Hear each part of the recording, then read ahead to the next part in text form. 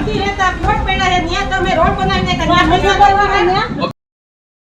ગુજરાતમાં ગુજરાતની જનતા એ પોતાના પડતર પ્રશ્નોને લઈને ક્યારેક જ સરકાર સામે બાયો ચડાવે છે. બાકી તો વિપક્ષ આવે અને લોકોની સાથે રહી અને વિરોધ પ્રદર્શન કરે, જેમાં સ્થાનિક લોકો ક્યાંક ઓછા જોવા મળે અને વિપક્ષના લોકો વધારે જોવા મળે. પરંતુ જ્યારે સ્થાનિક લોકો જાગી જાય છે અને પોતાના પ્રશ્ન માટે લડતા થઈ જાય છે, ત્યારે વિસ્તારના સ્થાનિક નેતાઓ અને સત્તા પક્ષે વિચારવું પડે કે આપણે આટલા વર્ષોથી ચૂંટાઈને આવીએ છીએ, તેમ છતાંય આપણે આ વિસ્તારના લોકો માટે શું કામ કર્યા. નમસ્કાર, આપ જોઈ રહ્યા છો ન્યૂઝરૂમ ને આપની સાથે હું છું પ્રદીપ. અમરેલી જિલ્લાની અંદર સાંસદ પણ ભારતીય જનતા પાર્ટીના છે, અમરેલી જિલ્લાના ધારાસભ્યો પણ ભારતીય જનતા પાર્ટીના છે અને અમરેલી જિલ્લાની નગરપાલિકા પણ ભારતીય જનતા પાર્ટી પાસે છે. અમરેલીની ચર્ચા એટલા માટે કરી રહ્યો છું અને તમામ વાતો એ ભારતીય જનતા પાર્ટી સાથે એટલા માટે જોડાયેલી છે કે અમરેલીના લાઠી રોડ ઉપર આવેલી એક સોસાયટી કે જ્યાં છેલ્લા 10 વર્ષથી એકને એક વાતની રજૂઆત કરવામાં આવે છે કે અમારે ત્યાં રોડ રસ્તાના ઠેકાણા નથી, અમારે ત્યાં કચરાઓના ઢગલા થાય છે, તેમ છતાંય તેને સફાઈ કરવા વાળું કોઈ નથી. અને અંતે 10 વર્ષ સુધી એ સ્થાનિક નેતાઓને રજૂઆત કર્યા બાદ હવે આ તમામ મહિલાઓએ અધિકારીઓના ચેમ્બરમાં ઘૂસીને રામધૂન બોલાવી અને કદાચ એ અધિકારીઓને ખ્યાલ પણ આવી ગયો હશે કે અમરેલીની આ મહિલાઓએ અમારી ચેમ્બરમાં ઘૂસવાની તૈયારીમાં છે, એટલા માટે અધિકારીઓએ ત્યાંથી જતા રહ્યા. પરંતુ જ્યારે અધિકારીઓ સાથે ટેલિફોનિક વાતચીત કરી ત્યારે અધિકારીઓએ મોઢામાંથી એક પણ શબ્દ ના બોલ્યા, કેમ કે બોલે તો એ શું બોલવાના છે. ન તો અધિકારીઓ એ ત્યાંના કામ કરી રહ્યા અને આ દ્રશ્યો જોતા એવું લાગી રહ્યું છે કે ન તો એ અમરેલીના સ્થાનિક નેતાઓ કામ કરી રહ્યા.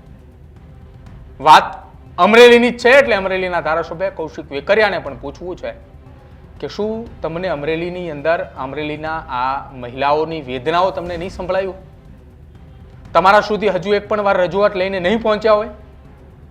અને શું ખરેખરની અંદર અમરેલીની આ મહિલાઓની આ જો વેદના ખરી છે, આ મહિલાઓએ પોતાનો બળાપો કચેરીની અંદર જઈને કાઢી રહ્યા છે, અને જો આ વિડીયો તમારા સુધી પહોંચે તો તમે તત્કાલે અમરેલીના અધિકારીઓને આદેશ કરજો કે આ મહિલાઓ હવે ફરી વખત તમારી કચેરીની અંદર ન આવે, હલ્લાબોલ ન કરે, એ માટે ત્વરિત તેમના નિરાકરણો લાવવામાં આવે.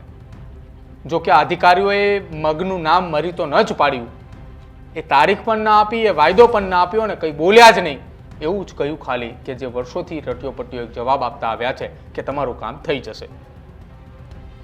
આ તમામની સાથે મુલાકાત બાદ આ મહિલાઓએ શું કંઈ કહ્યું એ પણ સાંભળી લો. મેં નગરપાલિકાએ આવ્યા હતા રોડ માટે અને વેરાના સમયે વેરો ભરીએ છીએ, બરાબર, અને અત્યારે કંઈ બહુ અમને કંઈ જવાબ મળ્યો નથી. કંઈ થઈ જશે એટલું કીધું, ક્યારે થશે એ કંઈ કીધું નથી. અમે અક્ષરધામ સોસાયટીમાંથી ટેલિફોન કોટર પાસેથી આવ્યા છીએ, લાઠી રોડેથી.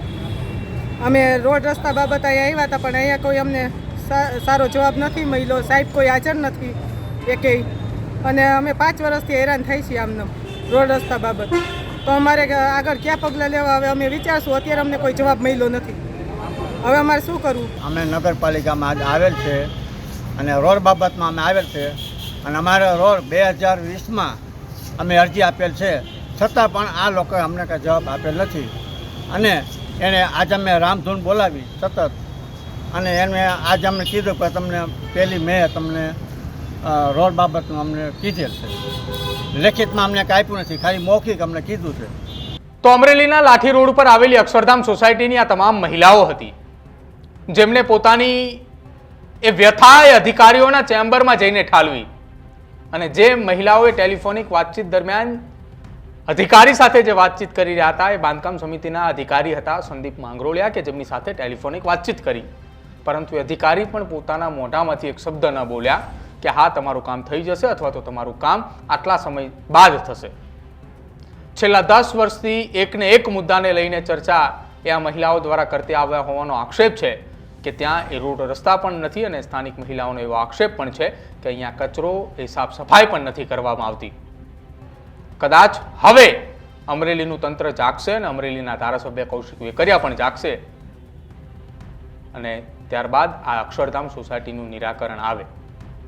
જો કે આગામી સમયની અંદર ઉગ્ર વિરોધ પ્રદર્શન કરવા માટેની પણ ચીમકી આ મહિલાઓ દ્વારા ઉચ્ચારવામાં આવી છે કે જો હવે તેમની વ્યથા એ કોઈ ન સાંભળે તો આગામી સમયની અંદર હવે મોટા પાયે વિરોધ કરવાની તૈયારી દર્શાવી છે.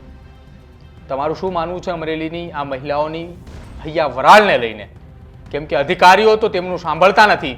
કદાચ હવે ચૂંટાયેલા પ્રતિનિધિઓ તેમનું સાંભળી અને તેમની વ્યથા સમજે અને તેમના વિસ્તારની અંદર વિકાસના કામો કરાવે.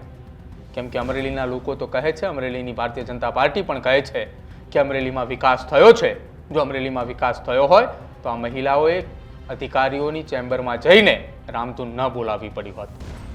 તમારું શું માનવું છે આ મામલે તે ખાસ અમારા કમેન્ટ સેક્શનમાં જરૂર જણાવજો. જોતા રહેજો ન્યૂઝ રૂમ. નમસ્કાર.